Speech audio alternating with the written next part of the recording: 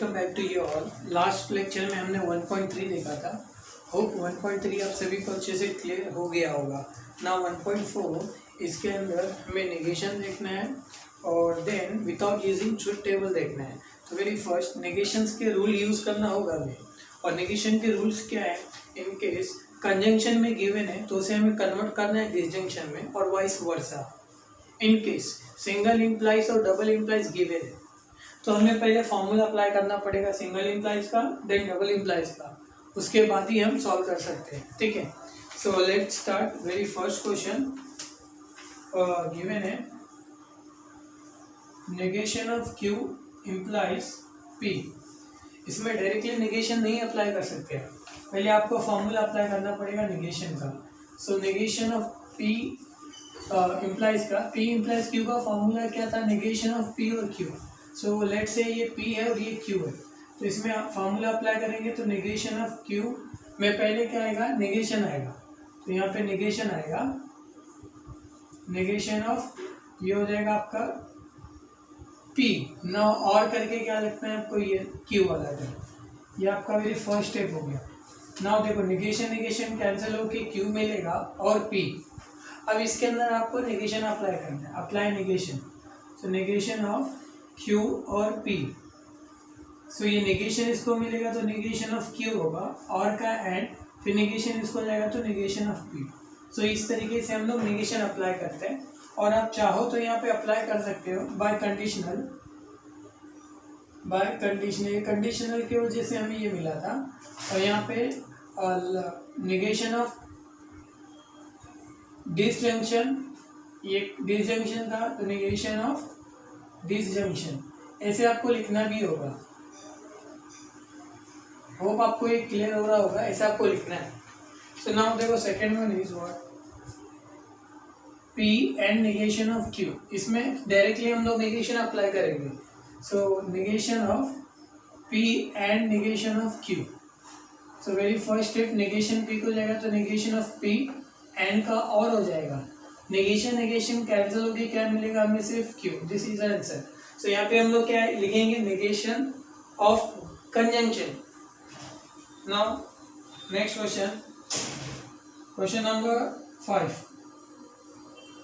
जैसे कि P implies P और नेगेशन ऑफ Q गिवन है। वेरी फर्स्ट इसमें फॉर्मूला अप्लाई करना है हमें।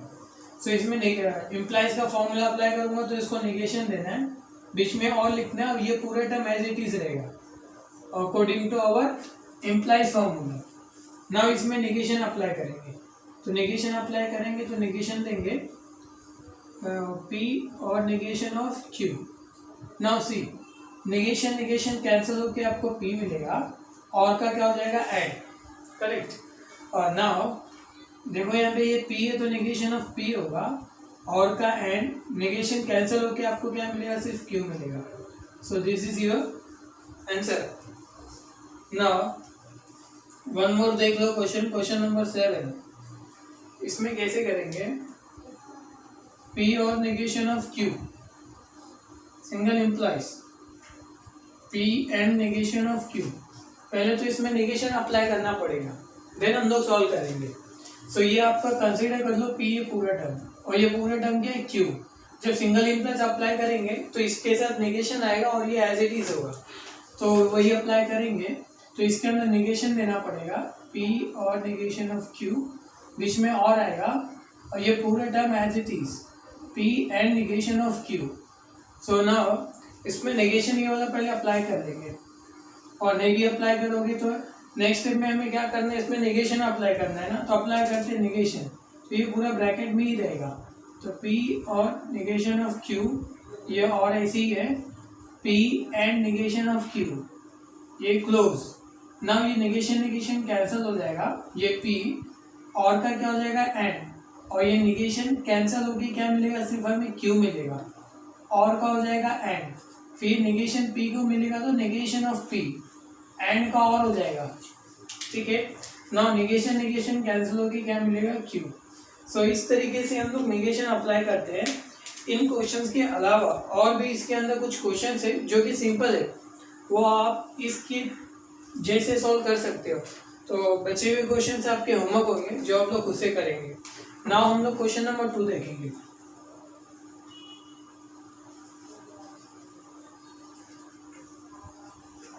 क्वेश्चन नंबर 2 बोला है write the following statement without using if and then.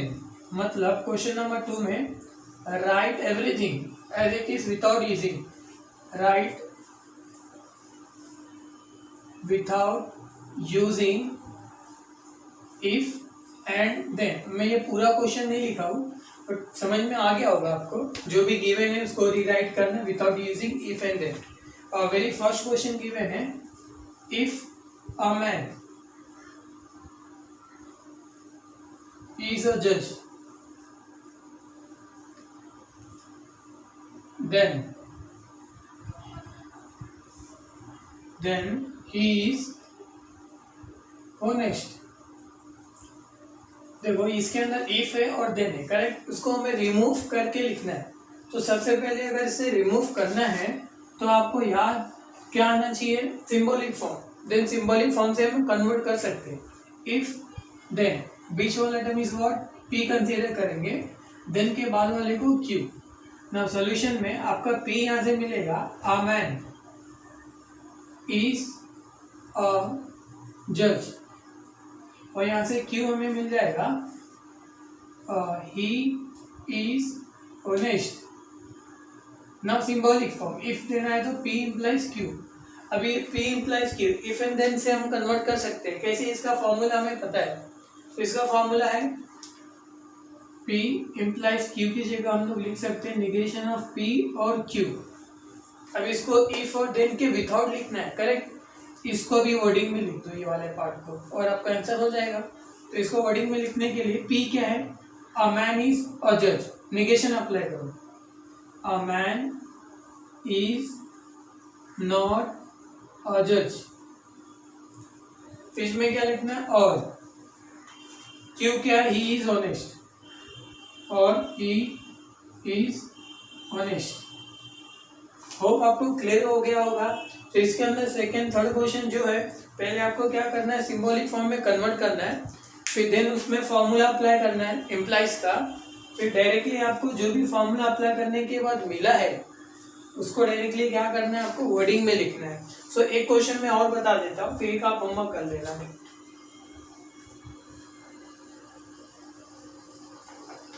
Now second, मैं थर्ड बता देता हूँ, सेकेंड आप करना।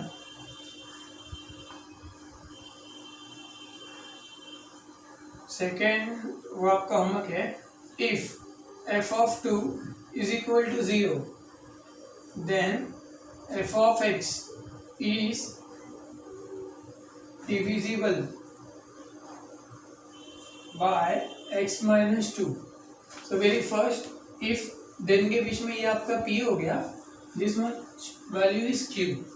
नाउ p क्या हो जाएगा, f of 2 is equal to 0 और q is f of x is divisible by, divisible यहाँ पे लिख लो, divisible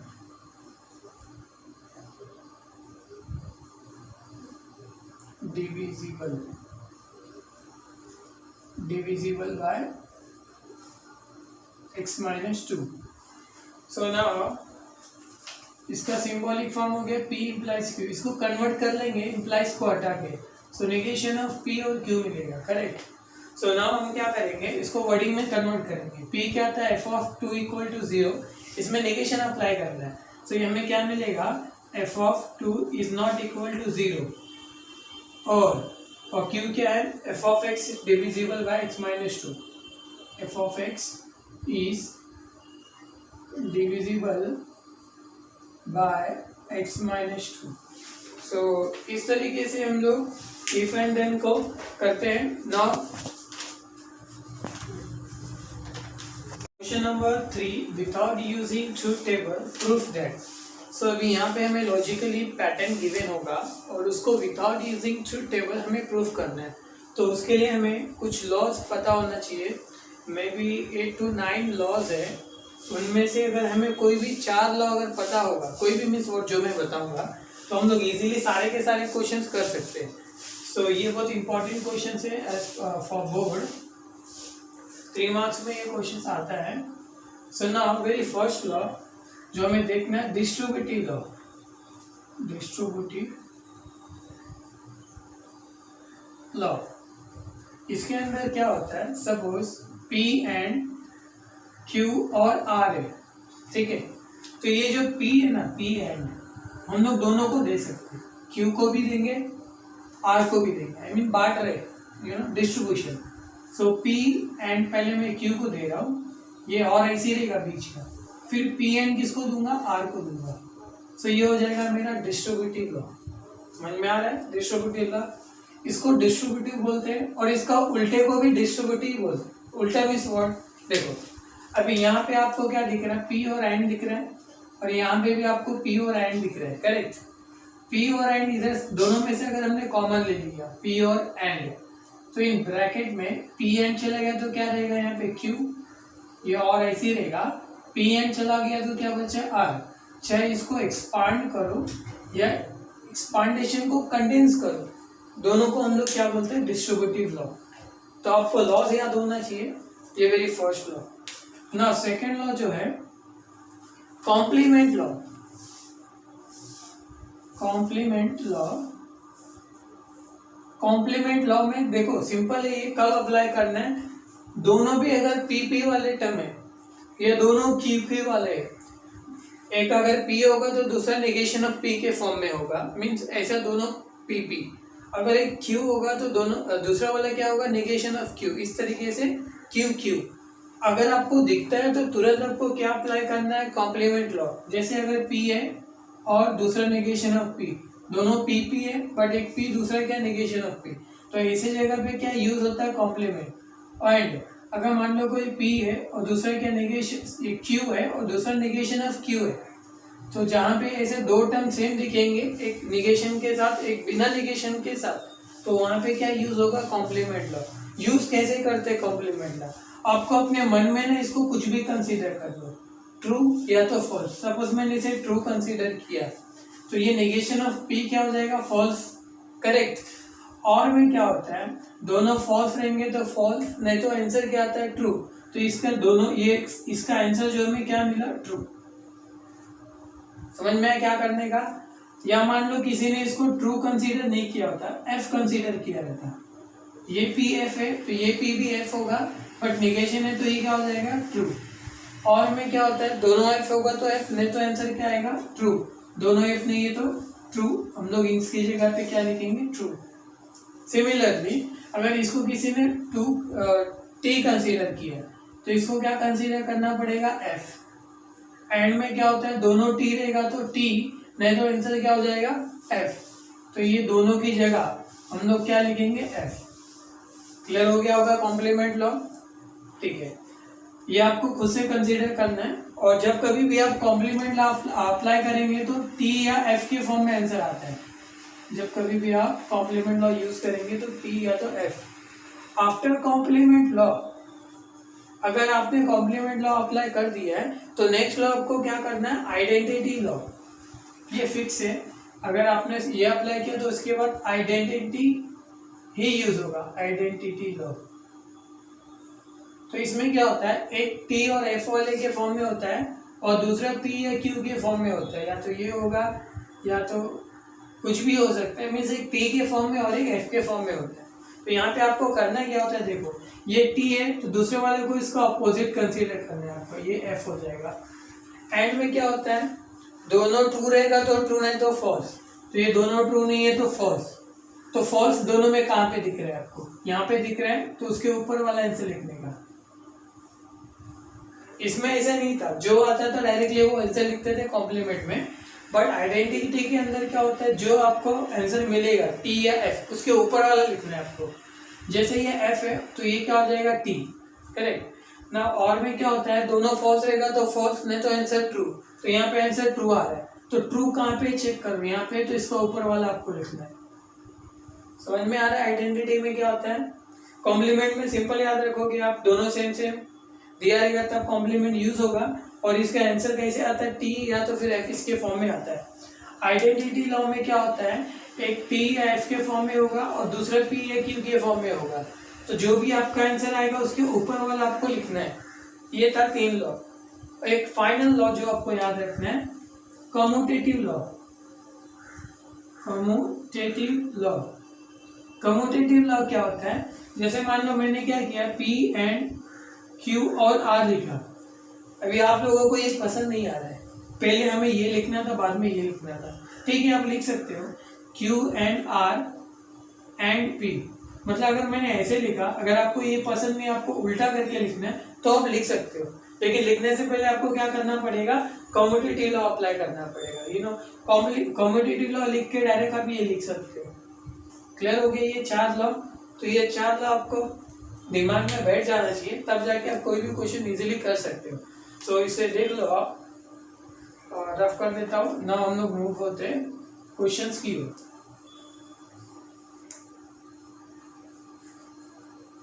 Our very first question, P double implies Q, P and Q और negation of P and negation of Q। अभी इसको हमें solve करना है, ठीक है। तो हम लोग क्या करेंगे, LHS लेके भी सॉल्व कर सकते हैं और RHS लेके भी कर सकते हैं, आप पे डिपेंड करता है। तो मैं यहाँ पे RHS ले लेता हूँ। तो RHS, कंसीडर RHS। तो RHS क्या है, P एंड Q और negation of P and negation of Q।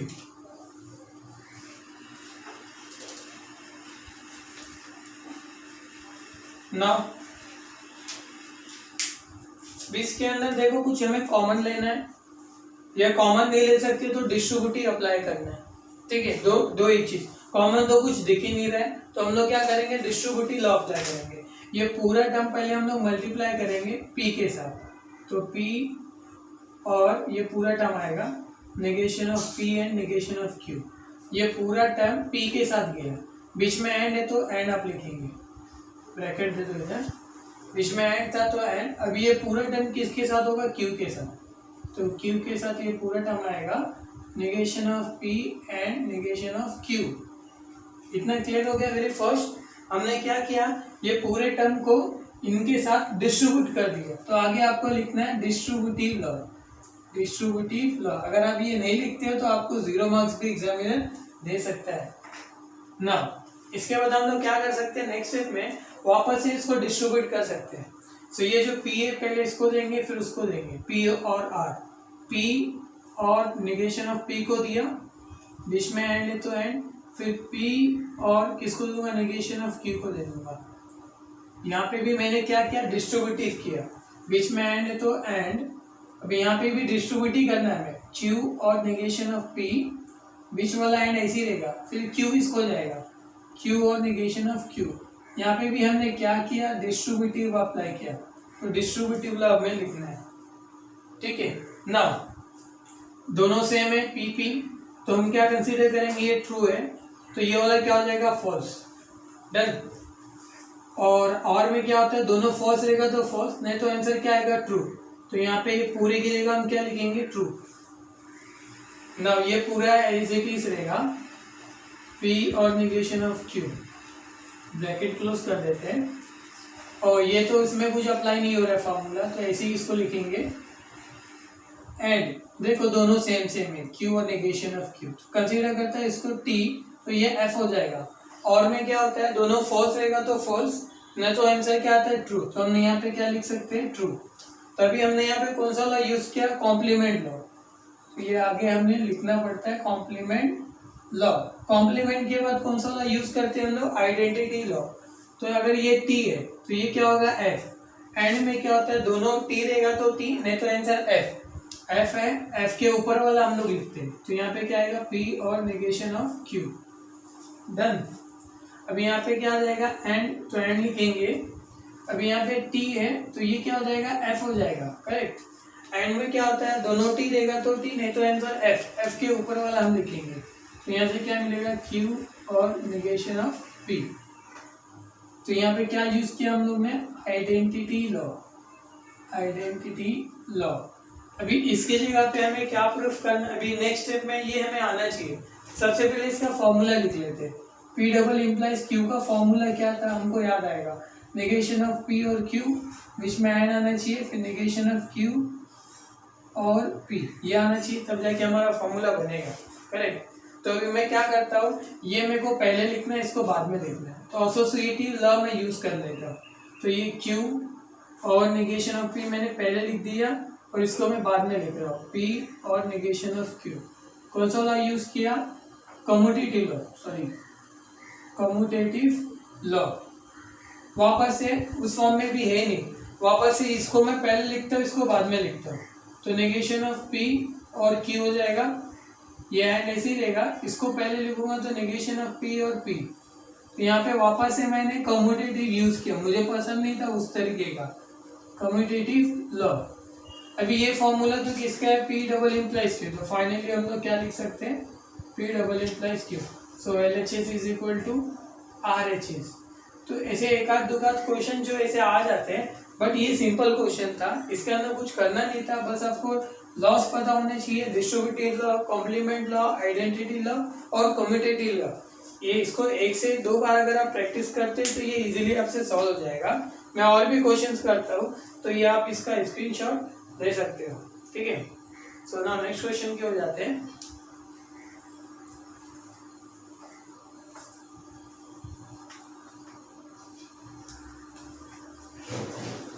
So now the next question number 2 देखो, P और Q एंड P और नेगेशन ऑफ Q हमें प्रूफ करना है P करके। तो हम लोग यहाँ पे क्या करेंगे, LHS कंसीडर करते हैं, क्योंकि बड़े को छोटा करना सिंपल होता है। तो कंसीडर LHS। तो यहाँ पे P और Q एंड P और नेगेशन ऑफ Q। सो देखो यहाँ पे कॉमन क्या है, कुछ निकाल सकते हैं क्या, यस, P और दोनों के पास है, तो P और को हम लोग ना कॉमन ले लेते हैं। तो देखो यहाँ से P और गया तो क्या मिलेगा, Q, ये एंड यहाँ से P और गया तो नेगेशन ऑफ Q। यहाँ पे जो लॉ यूज किया मैंने, that is our distributive law. तो इसे मेंशन करते हैं, हमें जाना है। नाउ नेक्स्ट, अगर ये दोनों सेम है तो कौन सा वाला यूज करेंगे हम लोग, कॉम्प्लीमेंट लॉ। तो ये कंसीडर करता हूँ T है, तो ये मुझे क्या मिलेगा, F, negation of T F ही होता है। सो देखो, और एंड में क्या होता है, दोनों T रहेगा तो T, नहीं तो आंसर क्या आएगा, F। तो इसकी जगह पे मैं क्या लिखूंगा, F। और यहाँ पे कौन सा वाला यूज किया मैंने, complement law. This is what complement law. ना अभी ये F है तो ये क्या हो जाएगा, T, और में क्या होता है, दोनों F होता है F, नहीं तो आंसर क्या आता है, T।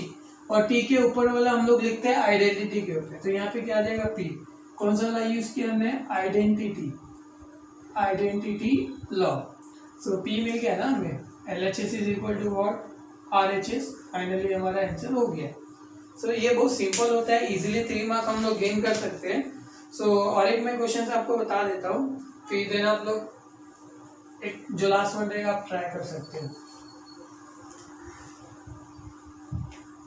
तो इसके अंदर जो है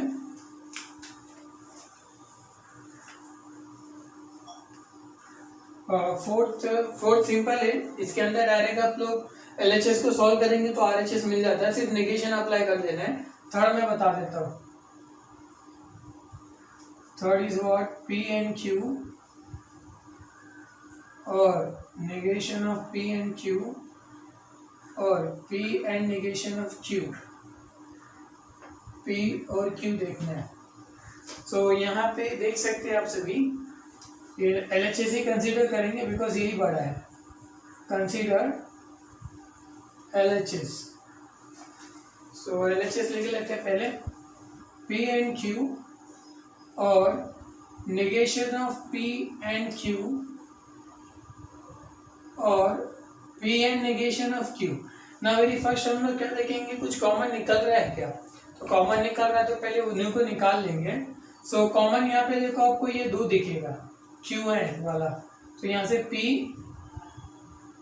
और यहाँ से क्यू एंड चला गया तो पी मिलेगा, ये और आएगा। यहाँ से क्या मिलेगा, निगेशन ऑफ पी, ये क्या मिलेगा, क्यू एंड कॉमन निकाल दिया।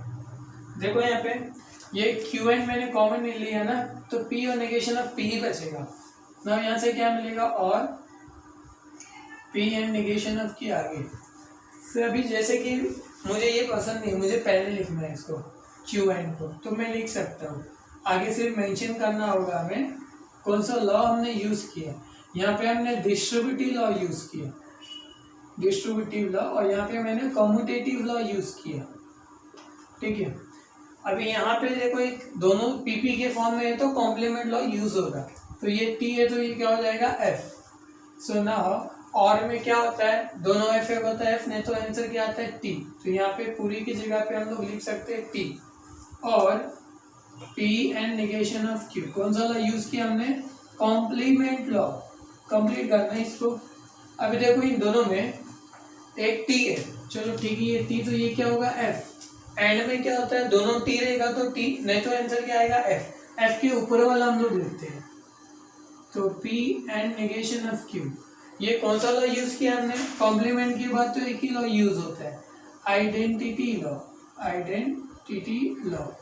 नाउ अभी ये देखो फिर से डिस्ट्रीब्यूट करना पड़ेगा हमें, तो यहाँ से Q और P एक हो गया, बीच में एंड आएगा, फिर Q और नेगेशन ऑफ Q। कौन सा लॉ यूज किया अभी हमने, डिस्ट्रीब्यूटिव लॉ, ठीक है, डिस्ट्रीब्यूटिव लॉ। सो नाउ कुछ कॉमन दिख रहा है यहाँ पे, आपको दिख रहा होगा। सो इसको T कंसीडर करेंगे तो ये F हो जाएगा। और में क्या होता है, दोनों फॉल्स तो फॉल्स, नहीं तो आंसर T। ये पूरे की जगह पे हम लोग T लिख सकते हैं, क्या लिख सकते हैं, T। और कौन सा लॉ यूज किया, कॉम्प्लीमेंट लॉ। अब इसको कंप्लीट करते जाना। अब ये T है तो ये F होगा, एंड में दोनों T तो T नहीं तो F आता है, और F के ऊपर वाला हम लोग लिखते हैं, तो Q और P। ये कौन सा लॉ यूज किया, आइडेंटिटी लॉ।